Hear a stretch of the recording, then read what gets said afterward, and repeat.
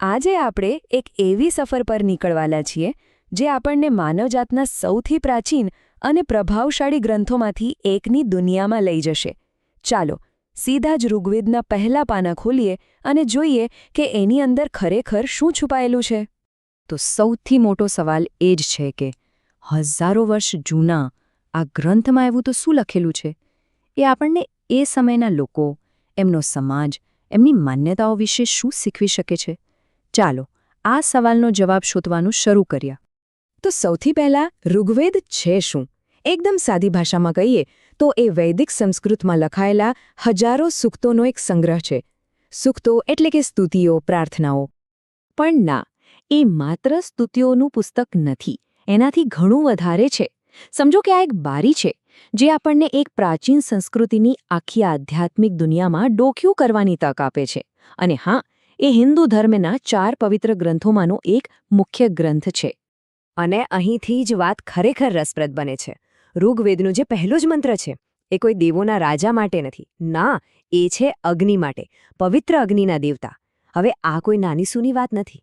આ પસંદગી આપણને ઘણું બધું કહી જાય છે. તમે જુઓ, આખા ગ્રંથની શરૂઆત જ અગ્નિદેવની સ્તુતિથી થાય છે. અને આ કોઈ સંયોગ નથી. એ સીધું જ બતાવે છે કે વૈદિક કર્મકાંડોમાં અગ્નિનું સ્થાન કેટલું કેન્દ્રમાં હતું. જરા આ શ્લોક સાંભળો. એ અગ્નિને માત્ર અગ્નિ નથી કહેતો, પણ યજ્ઞના પુરોહિત, દેવતા, ઋત્વિક અને ભક્તોને રત્નોથી શણગારનાર તરીકે ઓળખાવે છે. મતલબ કે એક જ શ્લોકમાં એમની કેટલી બધી ભૂમિકાઓનો સાર આવી ગયો.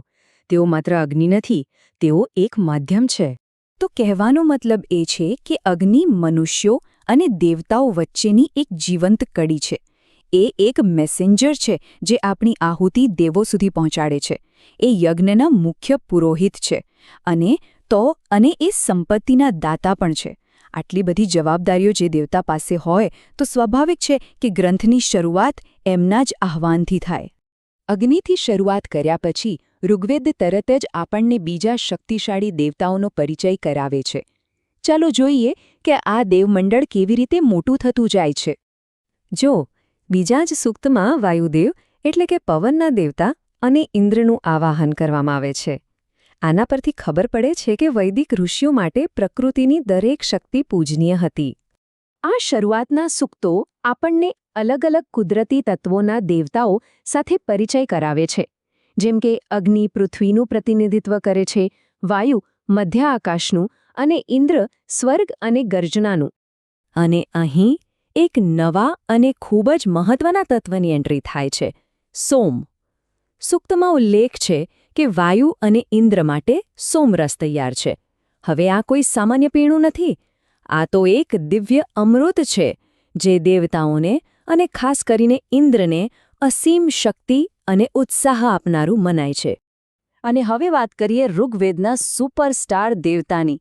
એક એવી શક્તિ જેમનું નામ વારંવાર આવે છે, અને એ છે દેવતાઓના રાજા ઇન્દ્ર.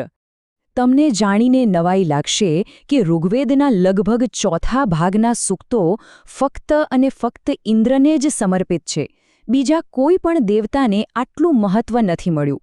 આના પરથી જ સમજાઈ જાય છે કે તેઓ કેટલા પ્રભાવશાળી હતા. જરા આ પાનાઓ પર નજર તો કરો.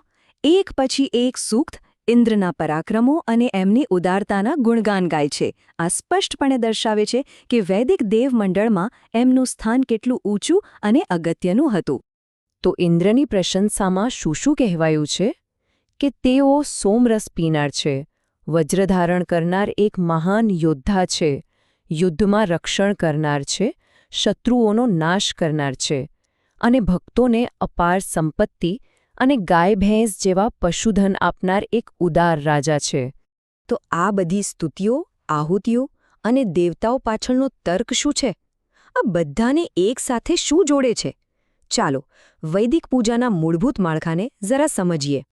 આ બધામાં એક ચોક્કસ પેટર્ન દેખાય છે, ખરું ને? જો આખી પ્રક્રિયા કેવી રીતે કામ કરે છે. પહેલું પગલું, યજ્ઞમાં દેવતાઓને બોલાવો.